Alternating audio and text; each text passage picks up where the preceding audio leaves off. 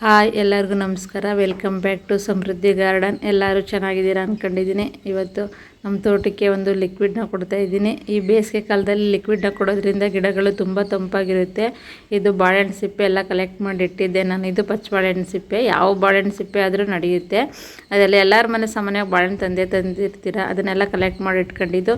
ಇದನ್ನು ರುಬ್ಬಿಟ್ಟಾದರೂ ಕೊಡ್ಬೋದು, ಅಥವಾ ಹಾಗೇನಾದರೂ ನೀರೊಳಗಡೆಗೆ ಹಾಕಿ ನೆನೆಸ್ಬಿಟ್ಟು ಅದು ಚೆನ್ನಾಗಿ ಸತ್ವನ ಬಿಟ್ಕೊಂಡಿರುತ್ತೆ. ಒಂದು 3-4 ದಿವಸ ಹಾಗೆ ಇಟ್ಟು ಆಮೇಲಾದರೂ ಕೊಡ್ಬೋದು. ನಾನು ಇದನ್ನು ಅಕ್ಕಿ ಬೇಳೆ ತೊಳೆದು ನೀರನ್ನ ಕಲೆಕ್ಟ್ ಮಾಡಿಟ್ಟಿದ್ದೆ. ಅದರೊಳಗೆ ಇದನ್ನು ಒಂದು 2 ದಿನ ಹಾಕಿ ಹಾಗೆ ಬಿಟ್ಟಿದ್ದೆ.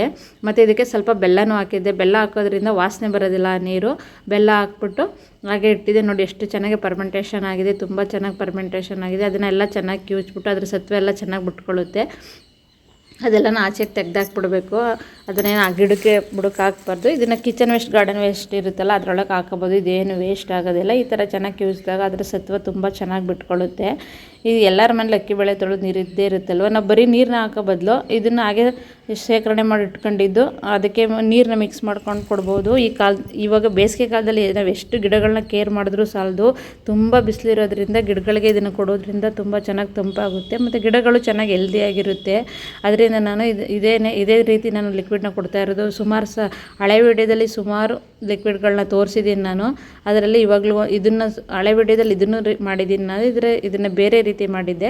ನೋಡಿ ಚೆನ್ನಾಗಿ ಪರ್ಮೆಂಟೇಷನ್ ಆಗಿದೆ. ಅದೆಲ್ಲ ತುಂಬ ಚೆನ್ನಾಗಿ ಮಿಕ್ಸ್ ಮಾಡ್ಕೊಂಡು ಈ ರೀತಿ ಚೆನ್ನಾಗೆಲ್ಲ ಮಿಕ್ಸ್ ಮಾಡ್ಕೊಂಡು ಇದಕ್ಕೆ ಪ್ಲೈನ್ ನೀರನ್ನ ಮಿಕ್ಸ್ ಮಾಡ್ಕೋಬೇಕು. ನಾವು ಯಾವುದೇ ಲಿಕ್ವಿಡ್ನಾಗಲಿ ಡೈರೆಕ್ಟಾಗಿ ಹಾಗೆ ಕೊಡಬಾರ್ದು. ಹಿಂಗೆ ಪ್ಲೈನ್ ನೀರಿಗೆ ಮಿಕ್ಸ್ ಮಾಡ್ಕೊಂಡು ಕೊಡಬೇಕು. ನಾನು ಅರ್ಧ ಬಕೆಟು ಪ್ಲೈನ್ ನೀರು ತಗೊಂಡಿದ್ದೀನಿ, ಮತ್ತು ಅರ್ಧ ಬಕೆಟ್ ಇದನ್ನು ಹಾಕ್ತಾಯಿದ್ದೀನಿ.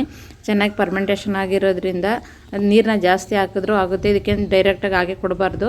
ನಾನು ಇದಕ್ಕೆ 20 ಲೀಟ್ರ್ ಬಕೆಟ್ಗೆ ನಾನು ಮಿಕ್ಸ್ ಮಾಡ್ಕೊಂಡು ಕೊಡ್ತಾಯಿದ್ದೀನಿ. ನಾನು 2 ಭಾಗ ಮಾಡ್ಕೊಂಡಿದ್ದೀನಿ. ಈಗ ಅರಿಶಿನ ಪುಡಿ ಹಾಕಿದ್ದೀನಿ. ಅರಿಶಿನ ಪುಡಿ ಹಾಕೋದ್ರಿಂದ ಇದು ಫಂಗಿಸೈಡಾಗಿ ಕೆಲಸ ಮಾಡುತ್ತೆ. ಯಾವುದೇ ರೀತಿ ಹುಳುಗಳು ಬರ್ದಂಗೆ ನೋಡ್ಕೊಳ್ಳುತ್ತೆ. ಮತ್ತು ಕಾಫಿ ಪುಡಿನೂ ಹಾಕ್ತಾಯಿದ್ದೀನಿ. ನೀವು ಯಾವುದೇ ಕಾಫಿ ಪುಡಿ ಬೇಕಾದರೂ ಹಾಕೋಬೋದು, ಆದರೆ ನಾನು ಇಲ್ಲಿ ಇನ್ಸ್ಟೆಂಟ್ ಕಾಫಿ ಪುಡಿ ಹಾಕ್ತಾಯಿದ್ದೀನಿ. ಕಾಫಿ ಪುಡಿ ಹಾಕೋದ್ರಿಂದ ರೂಟ್ಗಳು ತುಂಬ ಚೆನ್ನಾಗಿ ಬೆಳೆಯುತ್ತೆ. ಗಿಡಗಳಲ್ಲಿ ತುಂಬ ಚೆನ್ನಾಗಿ ಚಿಗುರು ಬರುತ್ತೆ. ಗಿಡಗಳು ತುಂಬ ಹೆಲ್ದಿಯಾಗೂ ಇರುತ್ತೆ, ಮತ್ತು ಮಣ್ಣಿನ ಫಲವತ್ತತೆಯೂ ಜಾಸ್ತಿ ಮಾಡುತ್ತೆ ಕಾಫಿ ಪುಡಿ. ಅದರಿಂದ ನಾನು ಕಾಫಿ ಪುಡಿ ಮತ್ತು ಅರಿಶಿನ ಪುಡಿ ಎಲ್ಲ ಹಾಕೊಂಡು ಮಿಕ್ಸ್ ಮಾಡಿದ್ದೀನಿ. ಮಿಕ್ಸ್ ಮಾಡಿಬಿಟ್ಟು ಎಲ್ಲ ಗಿಡಗಳಿಗೂ ಒಂದೊಂದು ಜಗ್ ಕೊಡ್ತಾಯಿದ್ದೀನಿ. ನೀವು ಎಷ್ಟು ತೆಳ್ಳಗಾಗುತ್ತೆ ಅಷ್ಟು ತೆಳ್ಳಗೆ ಮಾಡ್ಕೊಳ್ಳಿ. ನಮ್ಮ ತೋಟದಲ್ಲಿ ಇರೋದ್ರಿಂದ, ನೆಲದಲ್ಲಿರೋದ್ರಿಂದ ಗಿಡಗಳು ಸ್ವಲ್ಪ ಹೆಚ್ಚು ಕಡಿಮೆ ಆದರೂ ನಡೆಯುತ್ತೆ. ಪಾಟಲ್ಲಿ ಒಂದೊಂದು ಜಗ್ ಹಾಕೊಳ್ಳಿ. ಈಚೆಗೆಲ್ಲ ವೇಸ್ಟ್ ಆಗೋಂಗೆ ಅರಿಯೋಂಗೆ ಮಾಡಬೇಡಿ. ಒಂದೊಂದು ಜಗ್ ಹಾಕೊಳ್ಳಿ. ಇದು ನೆಲದಲ್ಲಿರೋದ್ರಿಂದ ನಾನು 2 ಜಗ್ ಹಾಕ್ತಾಯಿದ್ದೀನಿ. ಗಿಡಗಳ ಸೈಜನ್ನು ನೋಡಿಕೊಂಡು ನೀವು ಹಾಕೋಬಹುದು. ನಾನು ಈ ರೀತಿ ಗಿಡಗಳು ಜಾಸ್ತಿ ದೊಡ್ಡದಿರೋದ್ರಿಂದ ನಮ್ಮ ತೋಟದಲ್ಲಿ ನಾನು 2 ಜಗ್ನ ಹಾಕೋತಾ ಇದ್ದೀನಿ. ಬೇಸಿಗೆಗಾಲದಲ್ಲಂತೂ ತುಂಬ ಚೆನ್ನಾಗಿ ಕೆಲಸ ಮಾಡುತ್ತೆ ಇದು. ನಾವು ಗಿಡಗಳನ್ನ ಎಷ್ಟು ಕೇರ್ ಮಾಡ್ತೀವೋ ಅಷ್ಟು ಚೆನ್ನಾಗಿ ಗಿಡಗಳು ಬರುತ್ತೆ. ಬೇಸಿಗೆಗಾಲದಲ್ಲಿ ಚೆನ್ನಾಗಿ ಕೇರ್ ಮಾಡಿ ಗಿಡಗಳನ್ನ ನೋಡಿಕೊಂಡ್ರೆ ಗಿಡಗಳು ಏನೂ ಆಗೋದಿಲ್ಲ, ಹಾಳಾಗಲ್ಲ, ಚೆನ್ನಾಗಿರುತ್ತೆ. ನಮ್ಮ ತೋಟದಲ್ಲಿ ಎಲ್ಲ ಗಿಡಗಳು ಅಷ್ಟೇ ತುಂಬ ಚೆನ್ನಾಗಿ ಹಚ್ಚ ಹಸುರಾಗಿದೆ. ಗಿಡಗಳೆಲ್ಲ ಹೆಲ್ದಿಯಾಗಿದೆ. ಅದರಲ್ಲಿ 2 ಬದನೆ ಗಿಡ ಮಾತ್ರ ಹಾಳಾಗಿತ್ತು ಅಷ್ಟೇ. ನೋಡಿ, ಸೇವಂತಿಗೆ ಗಿಡಕ್ಕೆ, ಕನಕಾಂಬರ ಗಿಡಕ್ಕೆ, ಗುಲಾಬಿ ಗಿಡಕ್ಕೆ ಎಲ್ಲ ಗಿಡಗಳಿಗೂ ನಾನು ಕೊಡ್ತಾಯಿದ್ದೀನಿ. ಮತ್ತು ತರಕಾರಿ ಗಿಡಕ್ಕೂ ಇದನ್ನು ಹಾಕ್ಬೋದು. ಇದು ಹಾಕೋದ್ರಿಂದ ಇದಕ್ಕೇನು ಖರ್ಚಿಲ್ಲ. ಮನೇಲಿ ಅಕ್ಕಿ ಬೇಳೆ ತೊಳೆದು ನೀರು ಇದ್ದೇ ಇರುತ್ತೆ. ಎಲ್ಲರ ಮನೇಲಿ ಬಾಳೆಹಣ್ಣು ತಂದಿರ್ತೀರ, ಆ ಸಿಪ್ಪೆನೆಲ್ಲ ಕಟ್ ಮಾಡಿ ಇಟ್ಕೊಂಡು ಹಾಕ್ಬೋದು. ಅದನ್ನು ರುಬ್ಬು ಲಿಕ್ವಿಡ್ ಮಾಡಿ ಹಾಕ್ಬೋದು. ನಾನು ಹಳೆ ವಿಡಿಯೋದಲ್ಲಿ ಹಾಕಿದ್ದೀನಿ. ಯಾರ್ಯಾರು ನೋಡಲಿಲ್ಲ ನೋಡ್ಬೋದು, ಹಳೆ ವಿಡಿಯೋದಲ್ಲಿ ಇರುತ್ತೆ ಅದು. ಈ ರೀತಿ ಎಲ್ಲ ಗಿಡಕ್ಕೂ ನಾನು ಜಗ್ನ ಹಾಕ್ತಾಯಿದ್ದೀನಿ. ನಮ್ಮ ಗಿಡದಲ್ಲಂತೂ ಪನ್ನೀರ್ ಪತ್ರೆ ಅಂತ ನಮ್ಮ ತೋಟದಲ್ಲಿ ತುಂಬ ಚೆನ್ನಾಗಿದೆ. ಎಷ್ಟು ಹೆಲ್ದಿಯಾಗಿದೆ ಅಂದರೆ 1-2 ಬುಟ್ಟಿ ಆಗುತ್ತೆ ಸೊಪ್ಪು ಕಟ್ ಮಾಡಿಕೊಂಡ್ರೆ, ಅಷ್ಟು ಚೆನ್ನಾಗಿದೆ. ನಮ್ಮ ಗಿಡಕ್ಕೆಲ್ಲ ಇದೇ ಹೈಲೈಟು. ತುಂಬ ಚೆನ್ನಾಗಿದೆ. ಇದು ಸಿಂಗಲ್ ಪೆಟಲ್ ಗಣಗ್ಲೆ ಗಿಡ. ಅದರಲ್ಲೂ ಹೂವು ಸ್ಟಾರ್ಟ್ ಆಗೈತೆ. ಇವಾಗ ಚೆನ್ನಾಗಿ ಚಿಗುರು ಬಂದೈತೆ. ಅವಾಗೆಲ್ಲ ಒಂದೇ ಕಡ್ಡಿ ಥರ ಹೋಗ್ಬಿಟ್ಟಿತ್ತು, ಬ್ರ್ಯಾಂಚಸ್ಸೇ ಬಂದಿರಲಿಲ್ಲ. ಇವಾಗ ತುಂಬ ಚೆನ್ನಾಗಿ ಬ್ರ್ಯಾಂಚಸ್ ಎಲ್ಲ ಬಂದು ತುಂಬ ಚೆನ್ನಾಗಿ ಚಿಗುರು ಬರ್ತೈತೆ. ನೋಡಿ, ಮರಳೆ ಗಿಡ ಅದು ಎಷ್ಟು ಚೆನ್ನಾಗಿ ಹೋಗಿದೆ ನೋಡಿ, ಉದ್ದಕ್ಕೆ ತುಂಬ ಚೆನ್ನಾಗಿ ಹೋಗಿದೆ. ಇದು ಇಷ್ಟಿತ್ತು ತಂದಾಗ. ಇವಾಗಂತೂ ತುಂಬ ಚೆನ್ನಾಗಿದೆ. ನಾನು ಟೆರೆಸ್ ಮೇಲೆ ಇರೋದಕ್ಕೂ ಗಿಡಕ್ಕೂ ನಾನು ಜಗ್ಗ ಹಾಕ್ತಾಯಿದ್ದೀನಿ. ಇದು ದಾಸವಾಳ ಗಿಡ, ಡಬಲ್ ಪೆಟಲ್ಲು. ಎಷ್ಟು ಚೆನ್ನಾಗಿ ಬ್ರ್ಯಾಂಚಸ್ ಎಲ್ಲ ಬಂದಿದೆ ನೋಡಿ, ತುಂಬ ಚೆನ್ನಾಗಿ ಚಿಗುರು ಬಂದೈತೆ. ಆಮೇಲೆ ಸುಮಾರು ಗಿಡಗಳನ್ನ ನಾನು ರೀಪಾಟ್ ಮಾಡಬೇಕು, ನಂಗೆ ಟೈಮ್ ಇಲ್ಲದೆ ಮಾಡೋಕ್ಕಾಗಲಿಲ್ಲ. ನೋಡಿ, ಬಿಸಿಲಿಗೆ ಗುಲಾಬಿ ಗಿಡ ಎಲ್ಲ ಸುಟ್ಟೋದಂಗೆ ಆಗಿಬಿಟ್ಟಿದೆ. ಟೆರೆಸ್ ಮೇಲೆ ತುಂಬ ಬಿಸಿಲಿದೆ ಅಲ್ವಾ, ಅದರಿಂದ ಈ ರೀತಿ ಆಗಿಬಿಟ್ಟಿದೆ ಗಿಡಗಳು. ಅದಕ್ಕೆ ನಾನು ಇದಕ್ಕೆ ಅವಾಗವಾಗ ಬೆಳಗ್ಗೆ ಸಂಜೆ ನೀರು ಹಾಕ್ತಾನೆ ಇರ್ತೀನಿ, ಸ್ವಲ್ಪನ. ಗಿಡಗಳಂತೂ ಬಿಸಿಲಿಗೆ ಎಷ್ಟು ಕೇರ್ ಮಾಡಿದ್ರೂ ಸಾಲದು ಹಾಗಾಗಿದೆ. ಸುಮಾರು ಗಿಡನ ರೀಪಾಟ್ ಮಾಡಬೇಕು, ನಂಗೆ ಟೈಮ್ ಇಲ್ಲದೆ ರೀಪಾಟ್ ಮಾಡೋಕ್ಕೂ ಆಗಿಲ್ಲ. ಅದಕ್ಕೆ ತಾರಸಿ ಮೇಲೆ ಗಿಡಗಳಿಗೆಲ್ಲ ಒಂದೊಂದು ಜಗ್ಗ ಹಾಕ್ತಾಯಿದ್ದೀನಿ. ಅದರಲ್ಲಿ 1-2 ಗಿಡಗಳು ಹೋಗ್ಬಿಟ್ಟಿದೆ. ತುಂಬ ಬಿಸಿಲು ಅಥವಾ ನೀರು ಜಾಸ್ತಿಯಾಗಿ ಏನೋ ಗೊತ್ತಿಲ್ಲ, ಗಿಡ ಹಾಳಾಗ್ಬಿಟ್ಟೈತೆ. ಕರ್ಬೇವಿನ ಗಿಡ ಅಂತೂ ರೀಪಾಟ್ ಮಾಡಿದ್ಮೇಲೆ ತುಂಬ ಚೆನ್ನಾಗಿ ಬುಸಿಯಾಗಿ ಬಂದೈತೆ. ಎಷ್ಟು ಚೆನ್ನಾಗಿ ಬಂದಿದೆ ನೋಡಿ ಗಿಡ. ಹೋಯ್ತು ಗಿಡ ಅಂದ್ಕೊಂಡಿದ್ದೆ, ತುಂಬ ಚೆನ್ನಾಗಿ ಬಂತು ಆ ಗಿಡಗಳಿವೆ. ಬ್ರಹ್ಮಕಮಲ ಗಿಡನೂ ಅಷ್ಟೇ ತುಂಬ ಚೆನ್ನಾಗಿ ಹೊಸ ಹೊಸ ಚಿಗುರು ಬ್ರಾಂಚಸ್ ಎಲ್ಲ ಅದರಲ್ಲೂ ಬಂದಿದೆ.